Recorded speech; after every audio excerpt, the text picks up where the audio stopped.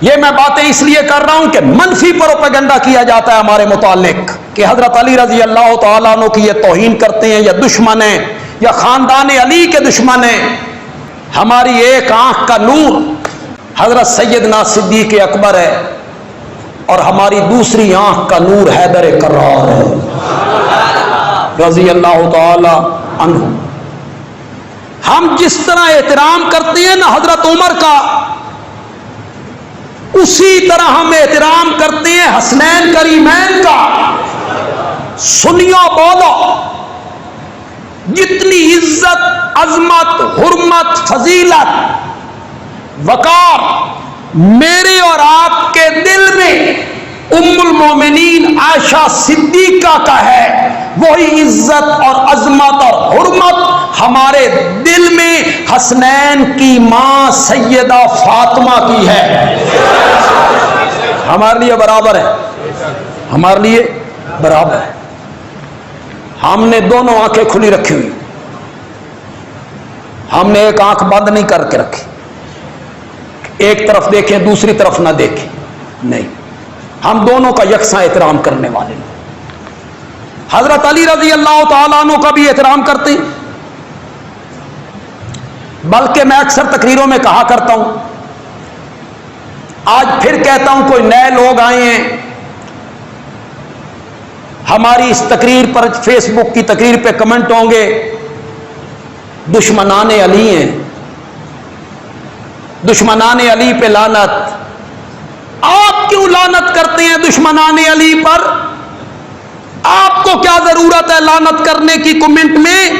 میں اس بھرے مجمع میں منبر رسول پر اور باوضو میں کہتا ہوں دشمنان علی پر لعنت. میں خود کر رہا ہوں، دشمنان علی پہ کیا ہو؟ حضرت علی کے دشمن رحمت کے مستحق ہیں، حضرت علی کے دشمن لعنت کے مستحق ہیں. خدا گواہ ہے، حضرت علی کی ایک عظمت، حضرت علی کی ایک فضیلت، حضرت علی کی ایک خصوصیت، حضرت علی کا ایک وصف ایسا ہے جو حضرت ابو بکر میں بھی نہیں پایا جاتا. چل ایک سنی کی بات سن، حضرت عمر میں بھی نہیں پایا جاتا، حضرت عثمان میں بھی نہیں پایا جاتا، کسی صحابی میں وہ وصف نہیں پایا جاتا جو صرف حیدر کرار میں پایا جاتا ہے کہ ان کی پرورش نبوت کی گود میں ہوئی تھی. ان کی انفرادی خصوصیت ہے، انہیں میرے نبی نے پالا تھا. پھر ہجرت والی رات وہ میرے نبی کے بستر پہ سویا تھا. آسان تھا سونا بستر رسول پر؟ اس رات آسان تھا؟ اس بستر والے کو تو قتل کرنے کے لیے باہر لوگ کھڑے تھے. اس بستر والے کو قتل کرنے میرے آقا وہاں سے جا رہے ہیں اور حضرت علی کو کہتے ہیں میرے بستر پہ لیٹ جاؤ. بہادری، شجاعت، دلیری، نیڈر حد ہو گئی ہے. حیدر کرار صرف لیٹا نہیں، چادر تان کے سو گیا ہے. حضرت علی کی کوئی ایک خصوصیت ہے، حضرت علی بہت اونچے ہیں، بہت اونچے ہیں، بچوں میں پہلا مومن ہے. یہ میں باتیں اس لیے کر رہا ہوں کہ منفی پروپیگنڈا کیا جاتا ہے ہمارے متعلق کہ حضرت علی رضی اللہ تعالیٰ عنہ کی یہ توہین کرتے ہیں یا دشمن ہیں یا خاندان علی کے دشمن ہیں. اس لیے میں یہ ساری باتیں کر رہا ہوں. بچوں میں پہلا مومن ہے. بے شک تو کو ہجرت والی رات میرے نبی کے بستر پہ سویا. بدر احد کا غازی ہے، خندق کا ہیرو ہے، خیبر کے قلعے کا فاتح ہے، میرے نبی کا ویر ہے، پھر داماد ہے، پھر اسلام کا چوتھا خلیفہ ہے. ہم اہل سنت ہیں میاں، ہم اہل سنت ہیں. ہم حضرت علی کے اوصاف کے قائل ہیں، ہم حضرت علی کی جوتیوں کی توہین کرنا بھی جرم سمجھتے ہیں. ہم حسنین کریمین کی عظمتوں کے قائل ہیں. ان کے پاؤں کی جوتیاں ہمارے سر کا تاج ہیں. ان کے پاؤں کی مٹی ہماری آنکھوں کا سرمہ ہے. سیدہ فاطمہ بہت اونچی ہیں, میرے نبی کی بیٹی ہیں, میرے نبی کی بیٹی ہیں. حیدر کرار کی زوجہ محترمہ ہیں, وہ تشریف لاتی ہیں تو میرا نبی اٹھ کے استقبال کرتا ہے, ماتھے کو چومتا ہے, چادر پہ بٹھاتا ہے. بس بندیالوی یہ کہنا چاہتا ہے ہم حضرت علی کے اوصاف کے قائل ہیں, اسے بیان بھی کرتے ہیں. کبھی تو بھی تو بیان کرنا, کبھی تو بھی بیان کرنا کہ جو ہجرت والی رات بستر رسول پہ سویا تھا وہ بھی عظیم ہے, اور غار ثور میں جس کی گود میرے نبی کا بستر بنی تھی وہ بھی عظیم ہے.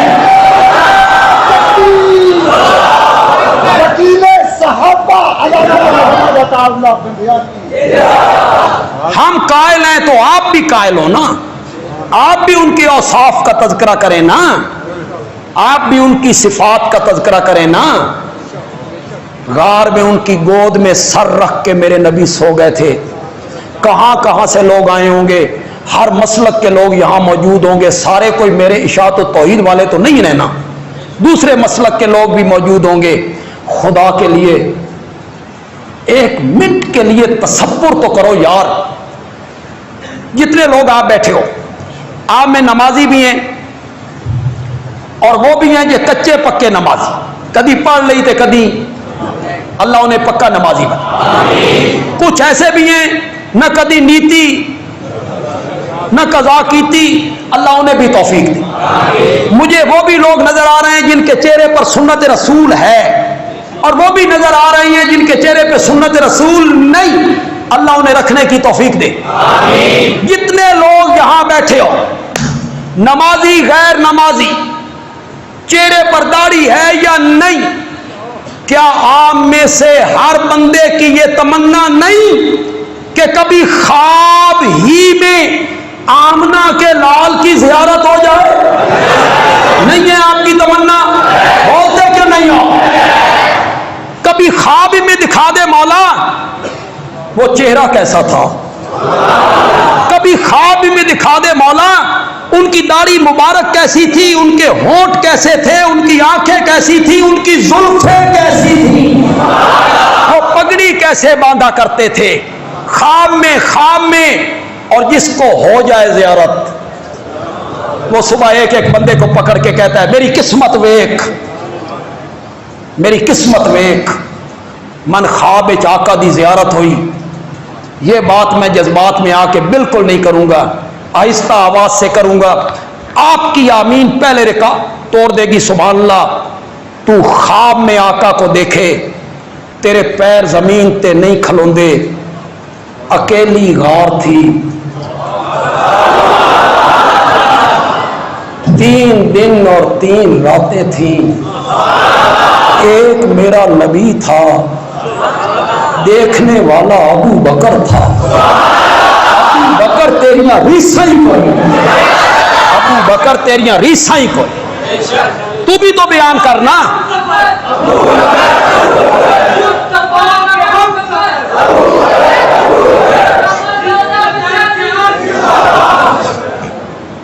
ہم حضرت علی کے فضائل کو مانتے ہیں,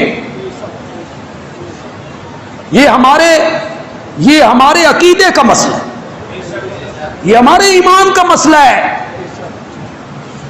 میلی نگاہ اٹھانے والا ان کی طرف مسلمان نہیں ہو سکتا, نہیں ہو سکتا. ہم تو مانتے ہیں ہمارا مسلک تبرہ نہیں تولا ہے.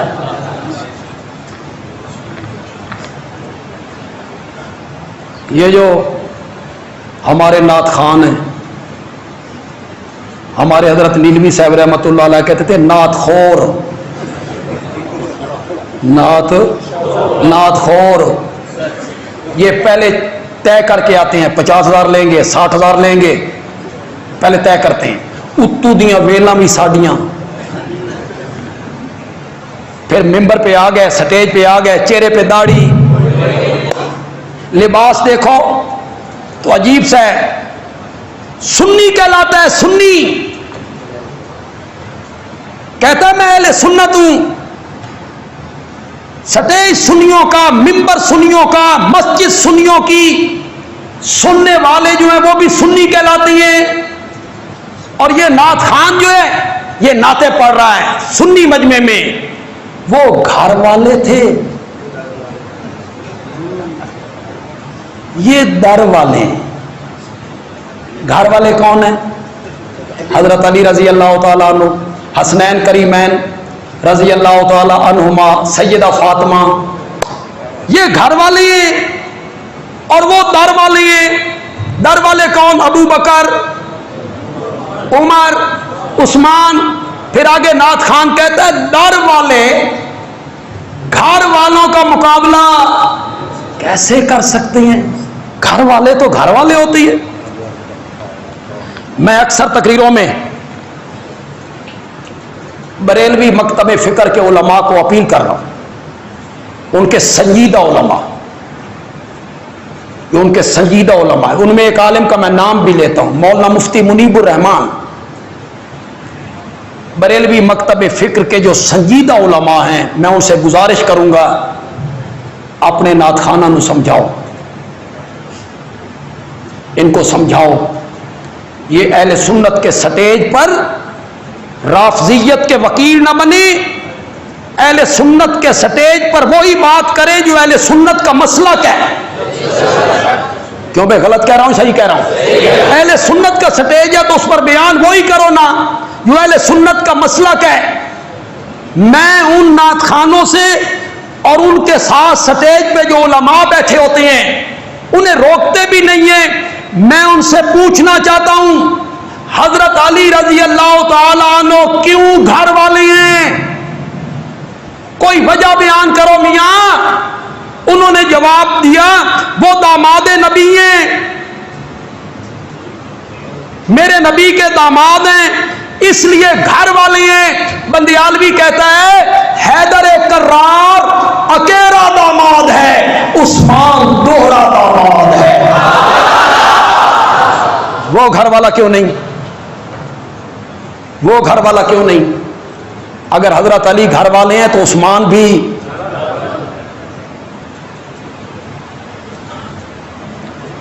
کیوں بھائی اہل سنت کہلانے والوں, تمہارا کیا نظریہ ہے؟ میرے آقا کی ایک بیٹی تھی کہ چار, باقی 3 گھر والیاں کیوں نہیں؟ باقی 3 گھر والے کیوں نہیں؟ ہمیں بھی میاں مطمئن کرو.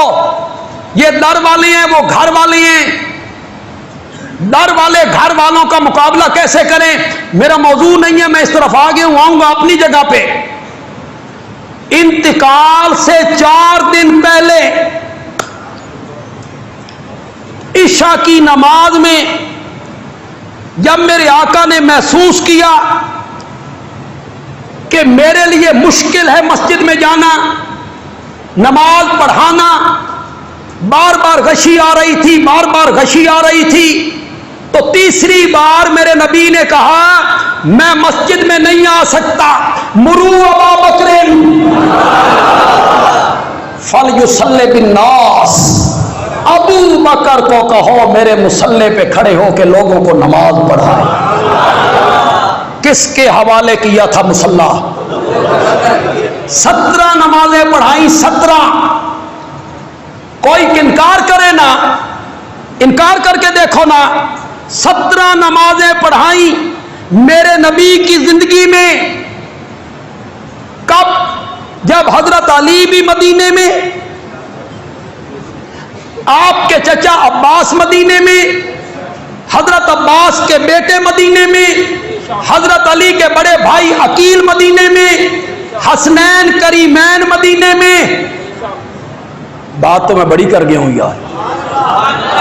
یہ سارے مدینے میں ہیں اور میرا آقا کہتا ہے میرے گھر والے پیچھے ہوں گے, ابو بکر آگے یہ ہوگا.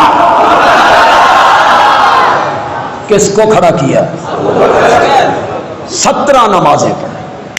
ان حقائق کو بھی تو ماننا.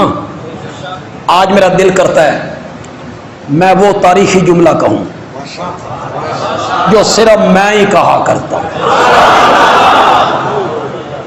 ایک دن میرے آقا کی طبیعت سنبھلی.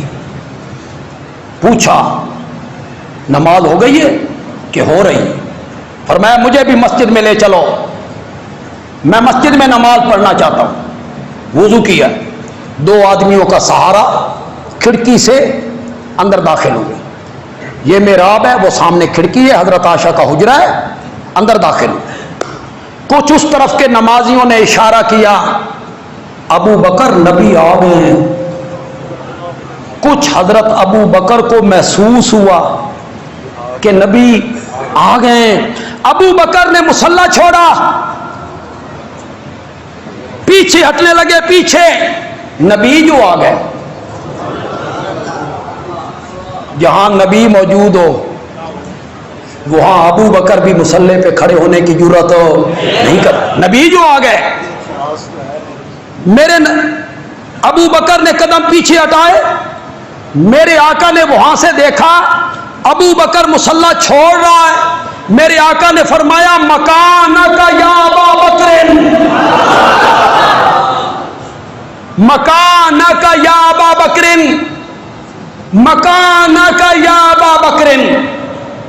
لفظی ترجمہ نہیں کروں گا, خطیبانہ ترجمہ کروں, اور ابو بکر کی محبت میں ڈوب کے میں ہی وہ ترجمہ کرتا ہوں.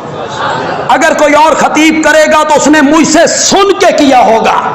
میرے آقا کہتی ہیں مکانک یا ابا بکر. کتنی مرتبہ؟ ابو بکر اپنی جات کھلوتا رہے. آپ سب کے دل میں حضرت ابو بکر کی محبت. میرا جملہ خطا ہو تو جواب ایسا آنا چاہیے, دونوں ہاتھ اٹھ جانے چاہیے. اساں تواڈے وس پہ گئے ہیں, ورنہ دوسرے طبقے کے جو وہ ذاکر وغیرہ ہوتے ہیں وہ جب سٹیج پہ آتے ہیں اور میک کے سامنے کہتے ہیں میں گاڑی سے اتر رہا تھا, تو لوگ کہتے ہیں سبحان اللہ سبحان اللہ. تے تساں گوڈیاں سر دتا ہوندا. ہم جتنے نقطے بیان کریں تساں ٹس تو مس نہیں ہونا. مکانک یا ابا بکر, مکانک یا ابا بکر. ابو بکر اپنی جاتے کھلوتا رہے. ابو بکر اپنی جاتے کھلوتا رہے. اج میں نماز پڑھان نہیں آیا, اے ویکھن آیا تیری امامت دا منکر کون ہے.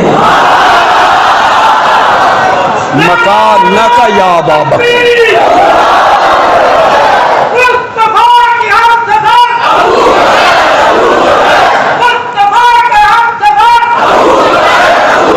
ہم اہل سنت ہیں, ہم کوئی ایسا جملہ نہیں بول سکتے جس سے حضرت حسین کی پوزیشن کمزور نہیں بول سکتے. اس لیے ڈر لگتا ہے کوئی ایسا جملہ, کوئی ایسا تجزیہ کروں جس سے حضرت حسین کی پوزیشن خراب ہوتی ہو, میرے ایمان کا خطرہ ہے. اور کوئی ایسا تجزیہ بھی نہیں کرنا چاہتا جس کی تہ میں اترے تو میرے نبی کے یاروں کی توہین ہوتی ہو. کوئی ایسا جملہ بھی نہیں کہنا چاہتا, کوئی ایسا تجزیہ بھی نہیں کرنا چاہتا. جس کا دل مانے وہ تجزیہ کرتا رہے, حضرت حسین کی پوزیشن خراب کرے, صحابہ کی پوزیشن خراب کرے. ہم اس سے پناہ طلب کریں, ہم اللہ کی پناہ طلب کریں.